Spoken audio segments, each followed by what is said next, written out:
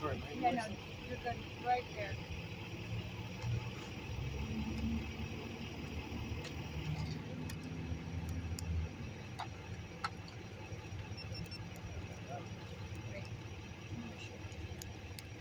Right there. You good? Are you good? Good. All good.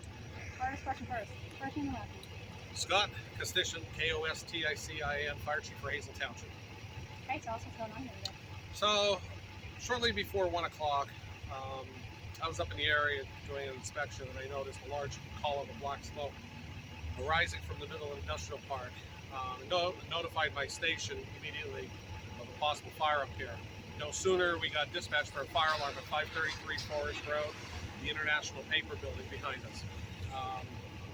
Quickly called the county, upgraded the alarm and said, I have smoke showing, heavy black smoke showing from the building.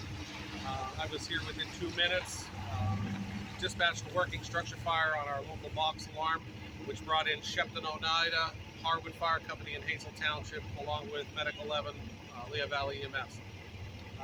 After getting accountability, seeing the size up of the building, they immediately notified the county for a second alarm assignment. Brought in companies from the Freeland Fire Department, Hazleton City Fire Department, Valley Regional Rescue, Sugarloaf Rescue, and engine, Nuremberg for an engine as well. Once we got on scene, noisy, aren't they? Once we got on scene, they're so bad. But I was prepared for the other two. Oh, they're going to be scrubbing with toothbrushes. Actually, I'll make them do all the hose with toothbrushes. There you go. Just for scaring us. So immediately we dispatched Monarch City for additional manpower for a writ assignment. We found heavy smoke condition on the interior of the building, and also the unit on the top is a cyclone. It's basically what happens is this facility makes corrugated boxes. The boxes then, the waste is shredded up into the machine inside the building, and it shreds it up, sends it up to the cyclone, which is that round structure on the top. That structure was heavily involved in fire on all sides. Sprinklers immediately started going off in the building and in the cyclone, holding the fire at check. There was some scrap paper up there on the roof and in the cyclone that continued to burn. Ladder trucks were needed immediately. My tower ladder operated a waterway to the roof.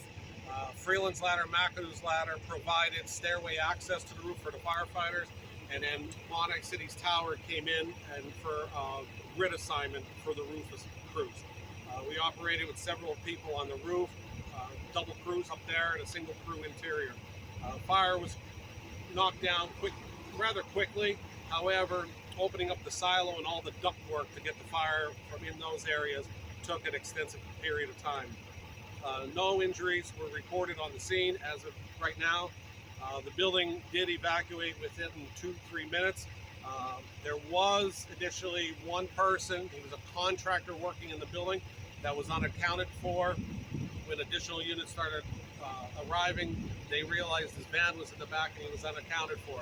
He was at lunch and was not in the building at the time of the fire though. It was quickly reported that he was at lunch then. So we did a primary search. It was about 10-15 minutes into the fire. We did Hazleton City's chief with crews from my department and his department, did an immediate primary search looking for that person, and then it was realized he was at lunch. So he was not in the building at the time of the fire. Damage-wise, right now it's under investigation. At this point, preliminary from past practices here, typically it's a bearing in one of the motors up there that probably sparked the fire in the chamber up there, which there's a lot of combustible dust, which probably flashed it. That's when I initially saw the column, that's what it looked like. So you were the first one to see it, spot it, call it in. Yes, I was on the other side of the industrial park.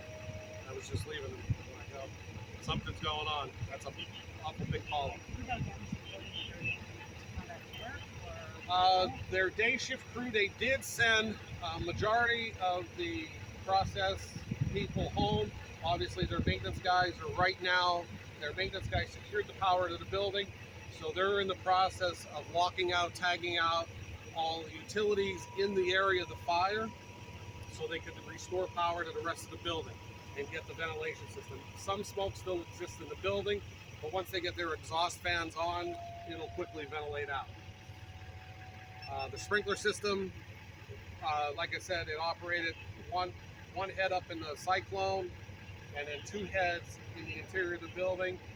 Right now we have the sprinkler system shut down so that they could restore those heads and get a contractor in to fix those sprinkler heads and restore the sprinkler system. They will set up a fire watch for the night until all of that's taken care of. And then it's a matter of cleanup and then assessing the damage to the machinery on the roof. There will be a picture put up on our Facebook of the initial fire, and that the use all have permission to use it. If it's up on our Facebook, it's public, so you can use it. Thank you so much. Okay, any questions? 3 county response. 2 3 county response. Also, we had L&L out of Carbon County for their rehab. The cellular companies I told you in the Monterey City, we had the West End Fire Company out of Monterey City, the Citizens out of Monterey City, and the Humane Fire Company out of Monterey City for a rapid intervention response. All right. Thank you. Thank you very much. You're good? Yes, I'm good. Thanks. Okay. Appreciate it, man. Thank you. You're welcome. Anything else? Yeah.